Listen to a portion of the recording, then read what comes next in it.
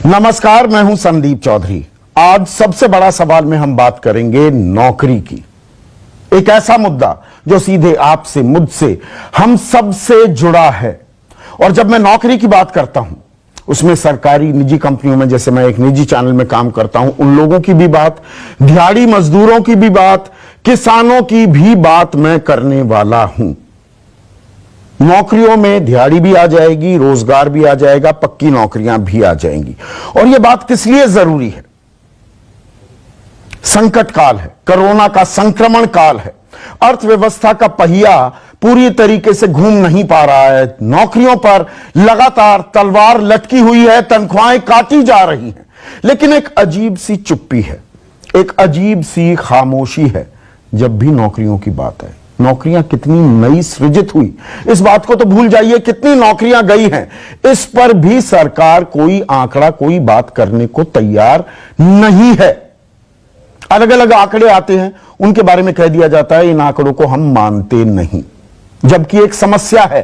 और यह समस्या आज जो मैं चर्चा कर रहा हूं वो इसलिए, अब सरकार भी मान रही है, बड़ी खबर यह आ रही है। और अभी देखना, एक दो दिन बाद ये कुछ जगह दिखेगी भी, छपेगी भी। खबर ये कि संसदीय समिति है वाणिज्य मंत्रालय की, उसकी कल बैठक शुरू हुई और वहां पर कुछ लिखित चीजें दी गई, सामग्री दी जाती है सदस्यों को, ताकि वो आगे देश के लिए कॉमर्स में, वाणिज्य में हम क्या कुछ करने वाले हैं उस पर सुझाव दे सकें। और वहां पर एमएसएमई के एक बड़े अधिकारी ने, एमएसएमई सेक्टर जो है कॉमर्स मंत्रालय में, एमएसएमई सेक्रेटरी भी होते हैं, एक अलग डिपार्टमेंट होता है, वहां के एक बड़े अधिकारी ने यह कहा है कि 10 करोड़, गौर कीजिएगा इस बात पर, 10 करोड़ नौकरियों पर खतरा पैदा हो गया है। यह अब स्टैंडिंग कमेटी को कहा जा रहा है।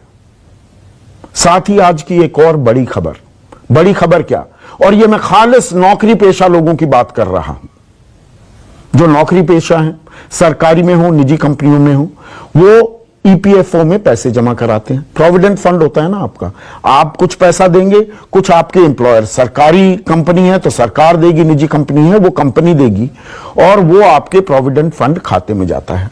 वो आप रखते हैं रिटायरमेंट के लिए, या कोई बड़ी मजबूरी आ जाए तब उसमें से पैसा निकालता है, वरना वो आपका एक सेफ्टी की तरह काम करता है।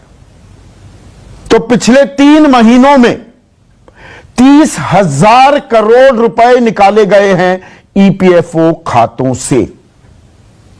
और जब मैं 30,000 करोड़ कहता हूं, यह संख्या, यह आंकड़ा आपको समझाने की जरूरत है। देश में कुल 6 करोड़ ईपीएफओ के खाते हैं, मतलब नौकरी पेशा जो लोग हैं देश में, दरअसल वो 6 करोड़ हैं जो रेगुलर सरकारी या निजी नौकरी में। 6 करोड़ में से 80 लाख ने पैसे निकलवाए। यह आंकड़ा 1 करोड़ होने वाला है, साफ इस रिपोर्ट में कहा जा रहा है। 30,000 करोड़ रुपए निकलवा लिए गए। और ये किस लिए निकलवाए गए? क्योंकि नौकरियों पर खतरा, तनख्वाहें कट रही हैं, मेडिकल एक्सपेंसेस, स्वास्थ्य सेवाओं में, आपके घर में हारी बीमारी हो रही है कोरोना के चलते, उसके लिए पैसा चाहिए, तो पैसे की निकासी हो रही है। ये हाल है, लेकिन अभी एक चुप्पी है और रोज आपके पास खबरें आ रही हैं और आप जानते हैं कि नौकरियां छिन ही नहीं रही हैं, बल्कि तनख्वाहें भी काटी जा रही हैं। अब कह यह दिया जाता है कि नहीं, 61,000 करोड़ रुपए हमने मनरेगा की मद में तय किए थे, अब 40,000 करोड़ रुपए और दिए जा रहे हैं। मनरेगा में रोजगार दिया जाएगा, 182 रुपए से बढ़ाकर 202 रुपए दिहाड़ी भी कर दी गई है। लेकिन मनरेगा 100 दिन का काम है पूरे साल में, और यह क्या, एक स्थायी रोजगार है। इस पर भी सवाल पूछे जाने चाहिए जो नहीं पूछे जाते हैं।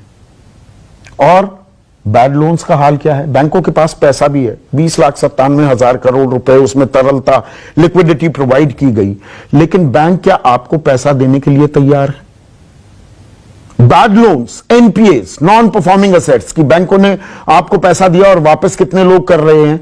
यह आंकड़ा बढ़कर 14.7 हो गया है। 8.5% हुआ करता था, 20 साल के उछले स्तर पर है।